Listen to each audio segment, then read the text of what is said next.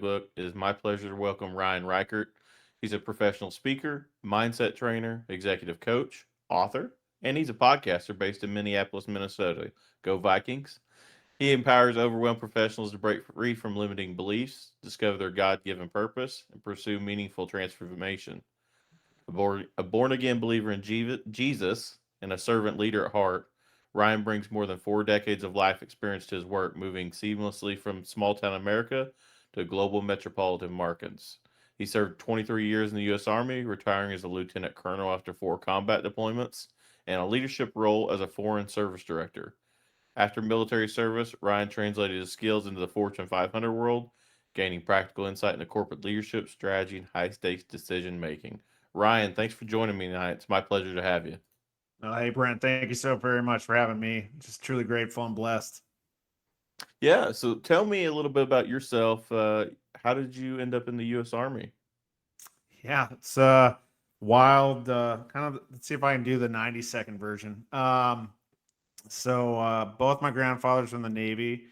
My dad was in the Army in Vietnam, and GI Joe was really cool, I guess. So my best friend Pat and I would set up ambushes outside his house underneath the evergreen trees across the street from the school, and yeah, it was just something about it. And I wanted to go to West Point, but unfortunately, my freshman year in high school, I blew my knee out, and back in the early 90s, there wasn't waivers to get into West Point for that. So I found myself going to the University of North Dakota, like most of the family did uh, growing up. And yeah, basically, I ran out of money a couple years in and happened to do one of the military science classes to get an easy A, and there was a sign like, "Hey, see if you can want to sign up for a scholarship." And I went in and talked to Trudy, the secretary, who I think she still works there today. She's probably been doing it over 40 years.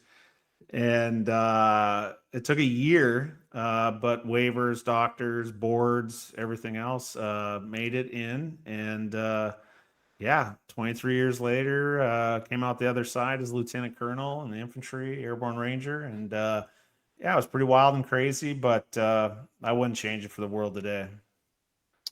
Was there ever any thought of joining the Navy, or was it always, hey, I got bit by the Oh, Army bug?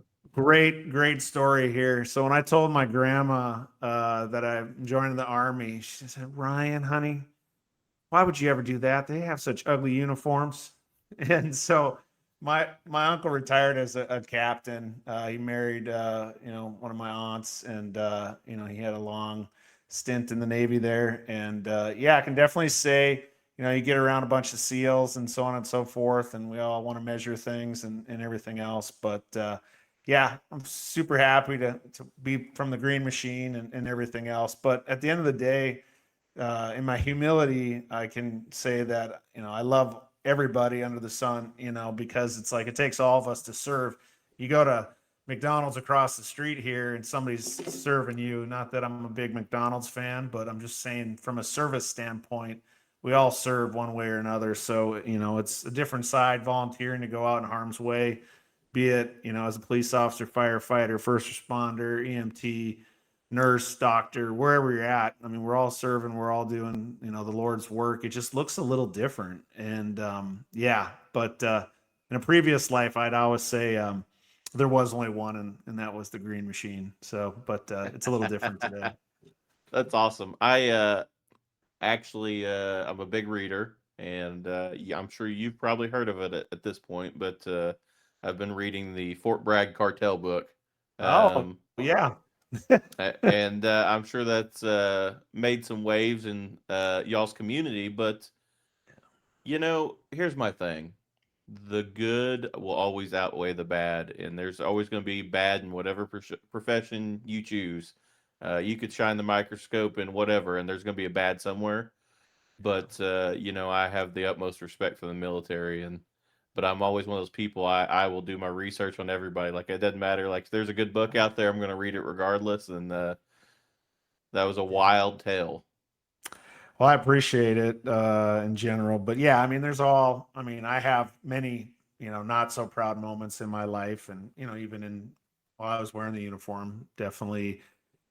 Probably was not always above board in some of my decision making and so forth, nor maybe stopping things from happening, right? Like, turning a blind eye, or today I can't, I have to tell the truth and everything that I do. Otherwise I go back to the dark side, unfortunately. And, once you've lived in the light, you don't want to go back to the dark because it's so much, it's just beautiful every single day. Not that they're not hard days, but it's a different way to live. And so, yeah, absolutely. So let me ask you. A lot of guys will do their one or two tours of duty and get out.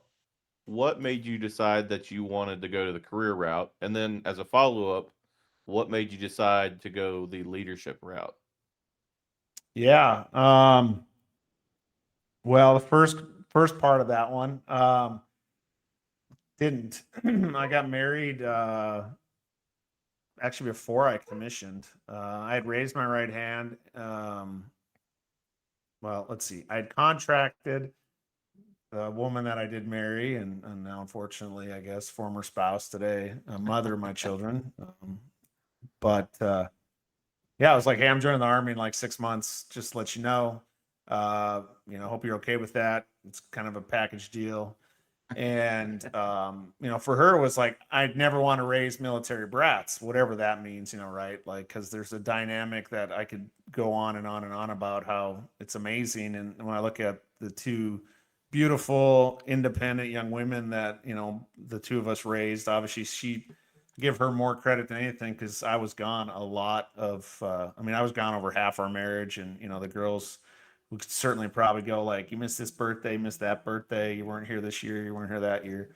But in it was every 2 years we basically had a way of saying like, are we going to keep doing this? And after I got back from my first deployment to Afghanistan, we left to go to the captain's career course in Fort Benning, Georgia. And yeah, I was ready to do another year and then get out. We left Hawaii knowing that the boys were going to do a turn and burn, and I needed to go to the captain's career course as I was getting promoted to captain. And it was a rough dynamic from that perspective. So I actually asked, it was Brigadier General Caslin at the time, when I was ended up showing around Fort Benning. I was like, hey, sir, you've been doing this for like 30 years, or close to at that point. Like, how, why, keep, and he said the same thing that I just told you. Every 2 years, we would reassess where we're at, and here we are, and so that's just how it always was. Something would happen, So when I went to the captain's career course, still going to get out like, the next year. Well, where I went, I happened to have an amazing battalion commander. And it was like, you know what? I want to do another company command. And the Army had like a thing at the time, many captains were getting out. So they were trying to retain captains. I took a little bit of drug money, as we'd say in the business. And I stuck around for 3 more years, which put me at 8 years. And worked for another amazing battalion commander. And next thing you know, I was at 10 years. And we just kept rolling it over and over and over. And then pretty soon I was just like a family ordeal. We, be like, hey, the list came out for where we can go. Let's rack and stack them, pros and cons. I guess I was supposed to be the trump card, but when you have 3 girls in the house, it was always like, well, we want to go back to Hawaii, or, we want to go see our friends in Washington State. And, I'd obviously have a bleeding heart and I'd want to go somewhere else and work for somebody else. And, but it always worked out exactly how it was supposed to. And, yeah, when I think about the second question, um, the more about the dynamics, I guess, of it with leadership is, where they say, leaders are born, not made. Well, you have to be born, obviously, to be made. So therefore, all leaders are born and not made, but then they're made because they're born. I was captain of the football team. I was this, I was that. I was the pulpit at church as a young, kid reading the Bible or reading scripture. I don't know. It's just in me, I guess, to be. My dad, was enlisted. His father was an officer in World War II, and then my mom's dad was enlisted. He was a cook actually in World War II. So I mean, it wasn't overarching. I guess we had a family friend that was a full bird colonel when he retired. A few tours as a Marine in Vietnam, and maybe seeing his leadership styles, it's like, okay, well, he was an officer, so I think that's what I want to do. We had another gal growing up. She's about 4 years older than me that went to West Point. Um, had an amazing career. I think she's still in as far as I can recall. And so, I think it's just kind of like how you get the little bumper cars or the pinball, in life, and you have those around you that are doing things, and you're like, yeah, I could see doing that, or, so on and so forth. And then it happens, and here we are. So, yeah. Let me ask you, for the people that's not veterans or in the military, when you promoted up, did you stay with your unit that you were already with, or did they assign you somewhere completely? Hey, you're going wherever we need you. Yeah. I mean, it's pretty well set. I mean, I could take you through, 20 odd years and come out as a second lieutenant. For myself, you go to Fort Benning, Georgia. Now it's like the Maneuver Center of Excellence and all that. But back in the day, it was the home of the infantry. And, so go to airborne school, ranger school, infantry officers basic course. And so you're at about 9 months by the time all that's done. And then you go to your first unit. Back then, it was 18 months. You'd be a first lieutenant. So when I got to my unit, I think I was there a few months and I pinned first lieutenant already. And then we went to Afghanistan. And upon returning from Afghanistan, I would have had 2 years, I think, in total, roughly. And from there, I left to go to the captain's career course. So got promoted to captain, went back to school. So infantry's captain's career course, about 6 months long. Left there, went out to Sand Hill at Fort Benning, and did infantry training brigade. So it was like the one station unit training. So for infantry, and I want to say armor now, but back then the guys would come and they would do all their training to become infantrymen as they were enlisted. And I did that for like a year and a half, commanded there, and then left to go to Fort Lewis, Washington, where I commanded a rifle company, a striker rifle company. So about every 2 years, roughly, you would definitely normally leave the installation and go somewhere else. About every year, you'd have a staff job, or if you're like a commander, it's between 18 and 24 months. It's a battalion commander, so lieutenant colonel, it's 24 months. There's boards and all the different things that come into play into all this. It's not just the strap your camouflage on and do this, that, and the other thing. There's a lot to it. Congress gets involved when we get promoted, and it's there's a lot of different things to it that you just go like, oh, okay, makes sense then. The regimented, very structured, systematic approach to things. Yeah, the movies certainly wouldn't do it justice. Let's put it that way. So 23 years. What finally said it's time? Yeah, so talking about like battalion command. So I retired as lieutenant colonel. Got picked up for that. So super grateful, obviously. But for me, it was talking about the family friend as a full colonel. I think you put it in your mind like definition of success is a full bird colonel. I was on the alternate list for battalion command, which would then, get selected into battalion command, execute successfully battalion command, get promoted to colonel. Being on the alternate list 2 times and not making it into battalion command, I was like, well, I could stick around for 8 more years, I guess, and so forth, and retire as lieutenant colonel. But it'd be just staff jobs, sitting behind a desk, no operational assignments. And for me, that just wasn't it. The family was, I think, ready to have our own lives, make our own decisions, and yeah, so it was just time. And it was interesting because that would have happened probably 3 or 4 years before I retired. You know roughly that like you're done, and or basically saying you're done, and that was tough. That was really hard. I really struggled with that. Like just knowing that was, everything that I've been doing since 1999. And I really struggled with that. I didn't have a clean breakaway from it all. And I've been dreaming a long time. I mean, full disclosure, my buddy out in Fort Lewis, Washington, we were stationed there a couple times, but the girls lived there for 5 or 6 years because I did, a deployment and then another deployment so they could stay there. We call it making a deal with the devil, which it really is when you start to think about maybe God's got a different plan for you and you're trying to control, hey, like they like it here. It's friends, kind of family. But anyways, I had a buddy, he'd been wanting, since 2008, hey, you can come work for Edward Jones, like, you and me kind of thing. And it was every just like 2 years staying in the Army. It was every 2 years. Yeah, maybe 2 years kind of thing.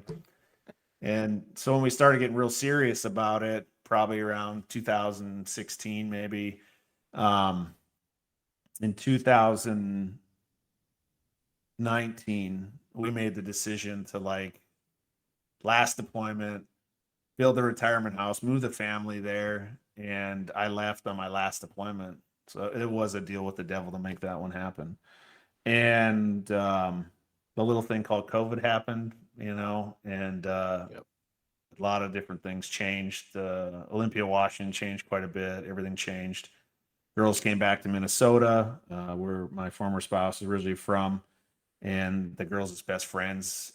Dad was retiring as well from the Army, and they were retiring here close to Minneapolis. And I got the call of hey, we want to move and retire in Minnesota, not Washington. Wasn't a great time. 9 months into the deployment, wasn't the deployment I believed it was going to be. They never are, and it broke me. It broke me into a million pieces. Everything I'd hoped, dreamed, I was studying for all the boards when I get back, I could get all my financial advisor certifications and it's going to be great. Like working with your best friend, couldn't beat that. Right. And, he'd already started shifting, his business to fit two advisors under one roof. And I love the good Lord, though. He's got such an amazing plan. So, obviously I had to tell Chris that wasn't going to happen. Decided we're going to move to Minnesota and retire here. Built a even bigger, badder, better retirement house, kind of thing with no plan, right? No, not knowing what the future holds, but let's build a big house and let's move. And the good Lord, he's like, don't worry, I'll take care of it. And I got a great Fortune 500 job, when I retired and everything. But it didn't fill, I was empty. It didn't fill me back up with what I thought it was going to do. And yeah, in the end of it, we unfortunately, we're divorced today. Living in a little 2-bedroom apartment here with the dog, and I got a lot of things that I'm grateful for. Both my girls are in my life again. We went a bit of it through the divorce and stuff like that, where they weren't in my life, and started an amazing business. We can turn that table into the whole professional Yeah, for development side sure. of things. Yeah, and I Uh, actually wanted to yeah, touch on that because you've kind of reinvented yourself, and yeah. your bio talks about it in that you had some struggles with addiction, Mhm. and I think that's something that a lot of first responders also struggle with, Yeah. just because they're very similar in nature, style of jobs. You're away from your Yeah. family, obviously not on the same scale, but you're away from your family. You work weird hours. You see a lot of crazy stuff and I know a lot of cops that turn to the bottle. Mhm. Um, and they get so wrapped up in the identity of being a first responder that when they're done, they struggle. Yeah. And I want to talk about how you turned around and then now you've turned something that was a negative into a blossoming positive now. So let's talk about that. Yeah, I don't love to dwell in the negative because it's just part of the story. The dynamics of it, yeah, it's crazy. God willing, Thursday I'll have 2 years of sobriety, and That's amazing. it is. It really is.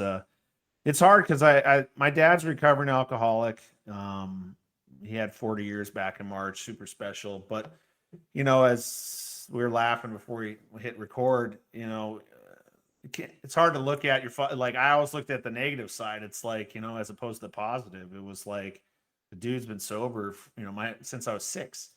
And I couldn't. I saw like, why can't he drink like a normal person? Why can't like he be like everybody else's dad? Why, why? Well, you know what, Ryan? Because there's only one, and there's only one of you. And so I guess for me, it was originally when I sobered up, it was like, okay, that's nice. Put the plug in the jug, but then what? It's just a symptom of the chaos you're just talking about. You see so much trauma and you see so much darkness, so much evil, and you become that if you don't have, something keeping you lit on the inside. You allow the darkness to fester inside you, grow, and so on and so forth. And so that's where I transformed the side of, for me, my spirituality is, extremely strong today. I mean, I teach, the acronym FOCUS: faith, opportunity, consistency, unconditional kindness, and the standard, or your standard. I don't always like to say your standard, because like your standard could be, you know, there's certain things you should live by or whatever to allow you to be healthy and active and be a member of society and so on and so forth. But I do like to say yours because it is yours. Like, I can't, tell Brent, you know, well, this is Ryan's standard, but Brent, you got to do it, kind of thing. Yep. It's one of those dynamics. And so, yeah, for me, it was, I still have the Fortune 5. This is where like life gets crazy, right? So yeah, I separated, going through the divorce process. Kids are like, Dad, you're a mess, which I was. Like, I'm sure, I think myself today is kind of together, but I know I'm still all over the place, like ADHD and so forth. And trying to do the job, trying to rebuild my life. And I get laid off, and it was the greatest thing that's ever happened to me. Sobriety is the greatest thing, but like when you think about external entities, I was like, man, talent management, no problem. Like, because I know something amazing is going to happen from this. And last December, I started, Our Protector LLC, which has turned into Our Protector Legendary Leadership Companies, which, being a North Dakotan, our motto is legendary. And, the legendary leadership comes from God, Jesus Christ, and the Holy Spirit. That's just, one of those things. And, as a soldier, cool. Yeah, I raised my right hand. I volunteered, and so forth. So I'll take that as another side of it. But really, when it looks at it, I started writing, and it was just basically what I was going through. And, I was alone. I was afraid. I was scared. Thank goodness May, it's funny she hasn't jumped on the screen. Sometimes she just has to come say hi to everybody. And, she kept me alive. I mean, there were so many days that, I'd struggled with suicidal ideation, throughout my life. And it was one where, she saved me. She kept me going, every day when wasn't going to get off the couch. She'd be like, where do you want me to do with my business? Kind of thing. And so it was like, oh, okay, I'll take you out. And that's where it just kept driving the train. We'd walk around the block, then we walked around the neighborhood, then another neighborhood. I started getting back in shape. I gained about 50 pounds after I retired. Sloth had really, really crept in hard. And yeah, so we wrote God Only Knows the Devil Comes to You, Second Chance at Life, and that takes you through divorce, job loss, recovery, and just getting your life kind of back into perspective, a new perspective, a new way to see life, and lots of tools in there. And then the Icarus effect, the highs and lows of our emotions, we all have feelings, kind of takes that transition from being a boy to a man, and learn how to tell the truth, and be accountable for all the things that you were responsible for, but you weren't living in an accountable way. You weren't accepting reality, and so on and so forth. And that one's more kind of really kind of break you into a million pieces, so then you can actually be the phoenix, rise again. And so in that, kind of jam those two together and created the War of Purpose, Built to Break. And that's a course. It's an 11 module course that takes you through, I think 44 videos. I don't know how many different worksheets.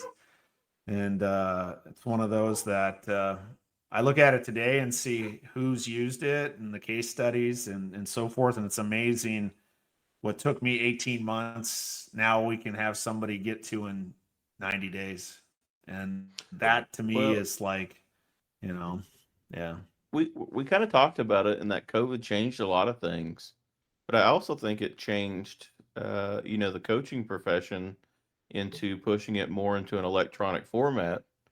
And so now, especially with these different platforms to where you can host your like educational services, is that it makes it more readily available to everybody. Because let's face it, first responders, military are very proud people, and they are more likely to do it sitting, in their recliner on their laptop than they are going to the office.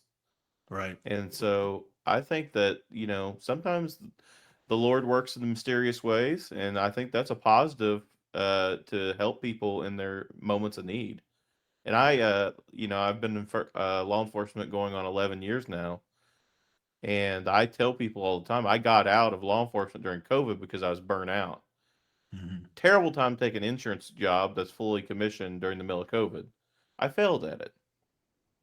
And for a year or two, I beat myself up over it because it didn't go well. Mhm. But now I look back on it, and I would have never got my master's degree. I've got 6 months left on my doctoral courses, and then I start my final project. Um, and I would have never came out of my comfort zone if I wouldn't have failed. And we all fail in life. It's very important how we respond to that failure and Mhm. bounce back from that. And I tell people all the time now, like, I'm gonna fail again at some point in my life. It's gonna happen. Yeah. Um, it's how I respond to that. And if we can get into these first responders, these military peoples before they make those decisions of, hey, I'm gonna start drinking my life away, or hey, I'm rashly gonna quit my job today. I think there is a modicum of where we can help these people out before they make those decisions. And I think, what I'm trying to do and what you're doing, there's a space for that for us to help these people out. And I love that you're doing it. No, I appreciate that, Brent. And thank you for your service. And I love your story too. I mean, I don't look at it. Somebody asked me that a couple months back about as a guy, probably late 30s, and he was kind of looking for, I think, some relationship advice since he hadn't found Miss Right yet. And he's like, well, I just wanted to get some feedback. You had a failed marriage, and I said, no. I said, no, I didn't have a failed marriage. I had 25 years of a relationship with someone that we have two beautiful kids, and there were a lot of good things. We just didn't have the ability to keep it going. There was other things involved. I mean, however you want to look at it, right? And I look at all those as like the redirections, right? Like it's one to me, like hearing your story and knowing that, like you're like, well, give it to me. I mean, I tote my sobriety, if you want to call me an alcoholic, fantastic. Wear it like a badge of honor these days because like I know what my kryptonite is like from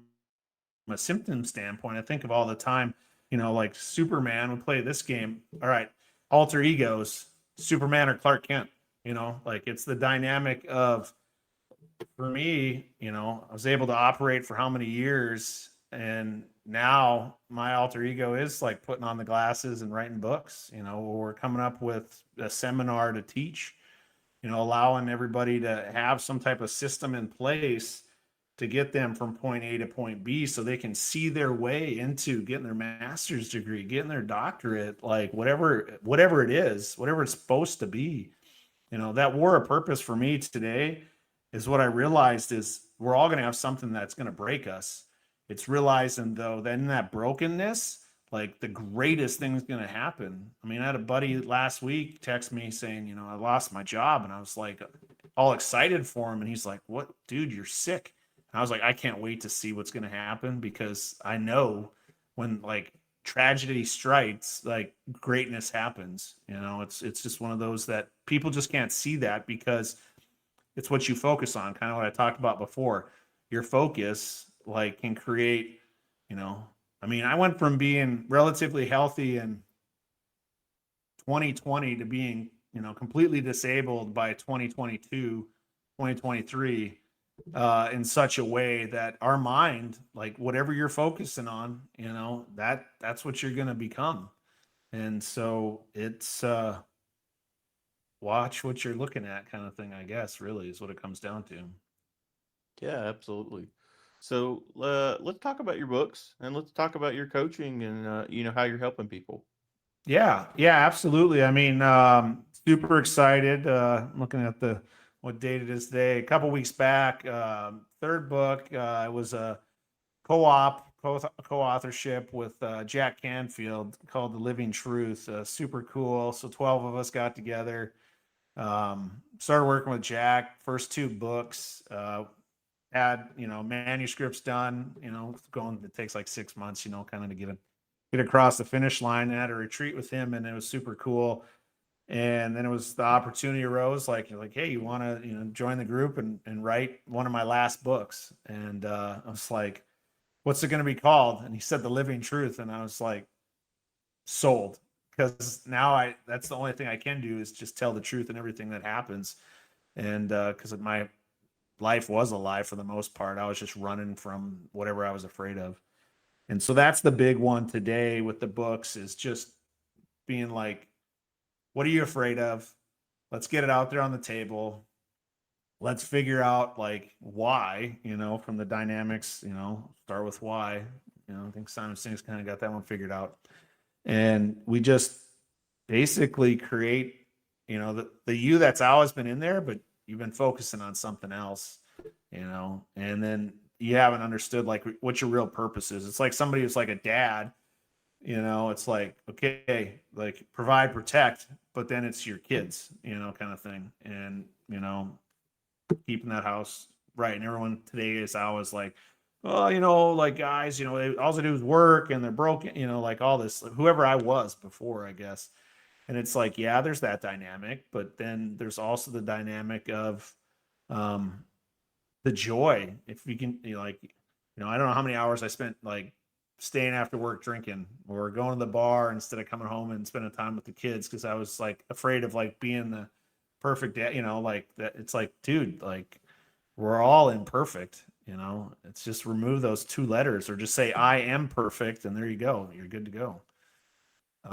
But yeah, to that end, it's pretty special. I'll love to tug your ear as I'm looking at the research side of the course, and looking at everybody else under the sun's like well, got this accredited here, accredited there. It's like, well, yeah, I mean that's where to go with this next, is to have it so it's off. I think of a war plan, kind of thing. It's off the shelf for everybody under the sun. It's like, oh, you're gonna leave the force or whatever in 6 months. All right, you got to go through this course before you can transition. Out of putting your badge and your pistol away, kind of thing. Or you're coming off the ambulance, like it's like you got to take this course, because the way I look at it and seeing, like I said, everyone that's gone through it so far, is it's just unbelievable. Like, I suppose it's when people say, well, I remember seeing you 2 years ago, dude, you were a train wreck, or 18 months ago, you were a train wreck.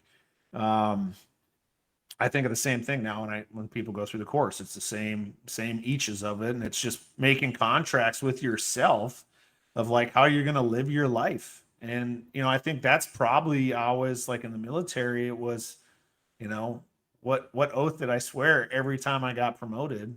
And it's like it's a little different now because my spirituality is the most important thing. I think before, I was like a nationalist, right? Like, the flag was more important than anything else, and obviously rightly so from what I was doing, but you can't take that with you forever, kind of thing. It obviously ended on 1 July of 2022. So to that end, it's fun. I love it. I'm super excited, as we continue to work with folks. Next one's like working with the schools in the area to try to have a mentorship program, for the kids that want to show up, apply for it, write an essay, and everyone's like, oh, that sounds like nerd work. You're right.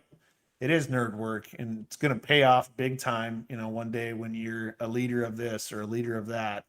And, that to me is where, how's the saying go? Like, what do you want to be when you grow up? And I used to always be like, well, I don't know, because I'm not going to grow up. And it was like, because Peter Pan like didn't have to grow up.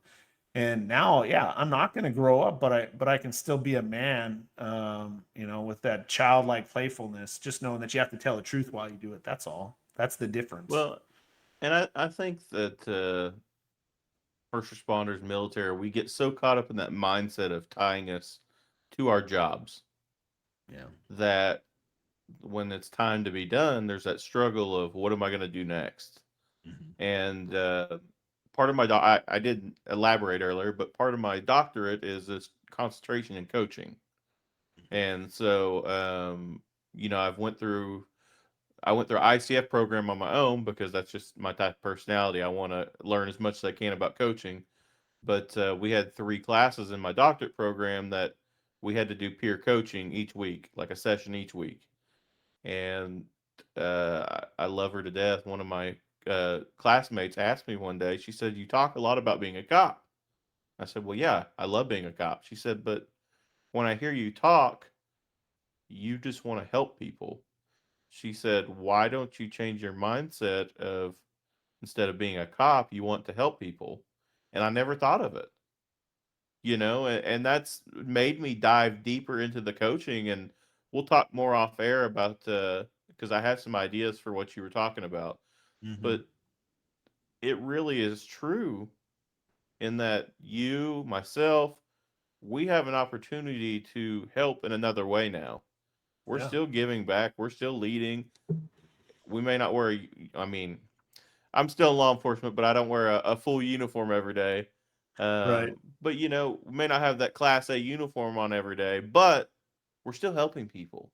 And Yeah. that's the awesome thing is if we can help people transition, or they got issues going on during the job, and help them out before those issues spiral out of control, like that's amazing.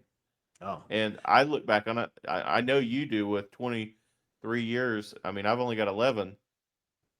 I wish 6, 7 years ago somebody would have been there and been like, "Hey, bro, like everything going okay? Like, is there anything we can do to like make this better?" Um, I probably would have not made some dumb decisions I made.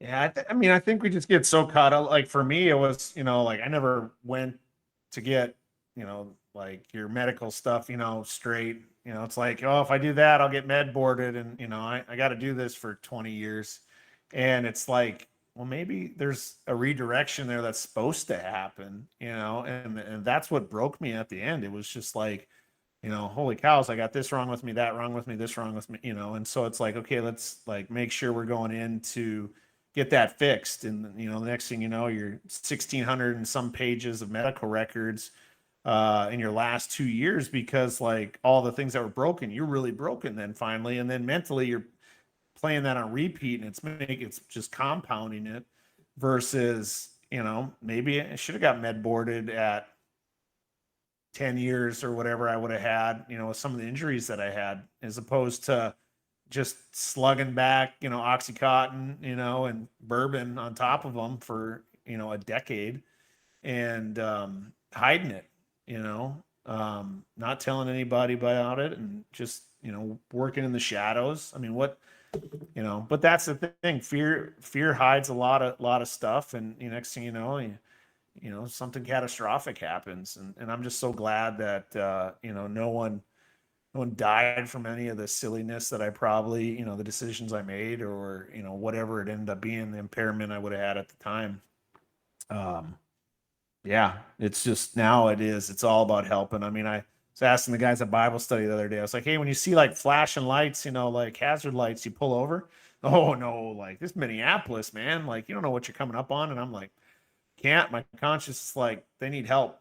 Well, they got cell phones these days. They can figure it out. And it's like, it's more dangerous if you pull over. And I'm like if something hits that 3/4 ton Chevy, I mean, it's going to do most damage unless it's a semi. So I'm gonna stop and see if they need help. And every time it's like, well, AAA should be here in a couple minutes, or I call my brother. But it's cool because like they're literally like happy. They see another person and they're like, well, maybe if they don't show up, like let me call them again, kind of thing. And we just don't know if like the calling is like at that moment to be their guardian angel in human form. And yeah, it's about now. It's just different. It's a different type of help, just like you're talking about, Brent, and just knowing that it it's priceless. It's priceless. Like to be of service, to be helpful.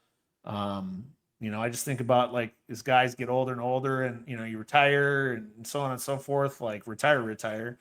And it's like giving it up. I saw a guy the other day. He was like in the CIA or FBI for like 30 years, and then was sitting on his porch for a few years. Yeah, he wrote a book, and he's like, this is just not fulfilling. And now he's driving a bus, and I was like, that's so cool. Like, because it's just those dynamics of what are we going to do to help out and be of service. And that to me is now it's filling me back up where, like I said, I emptied it all out.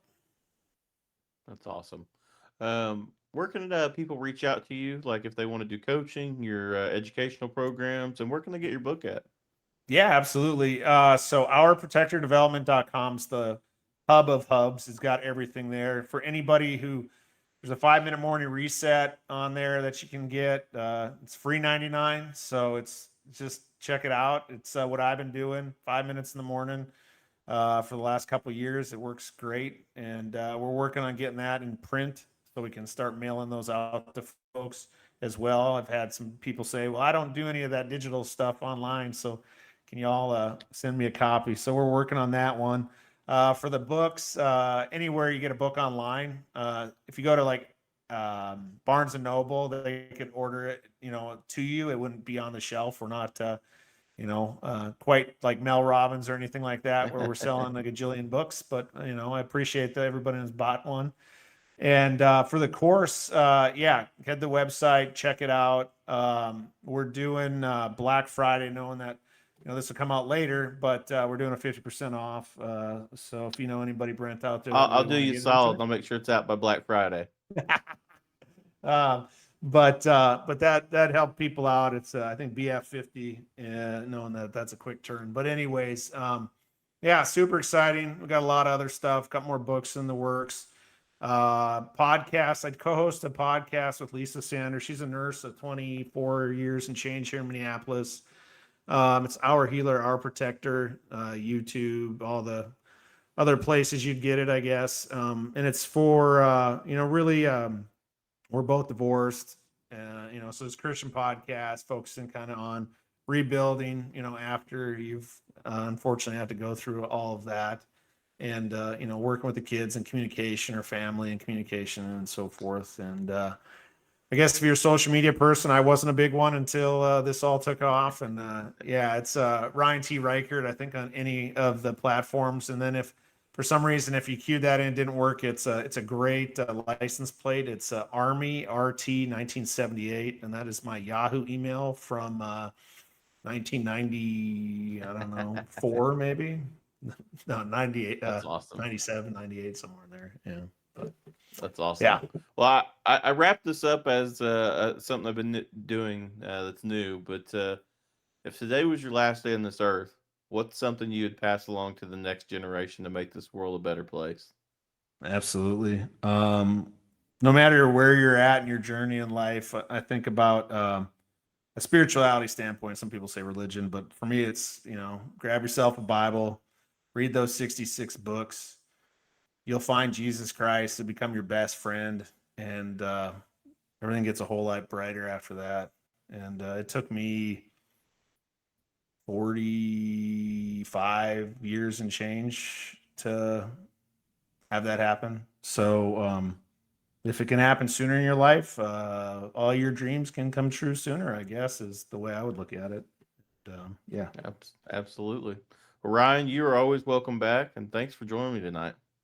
Thank you, sir. Appreciate it, Brent. Without your platform, I'm not here. So thank you so very much. Thank you.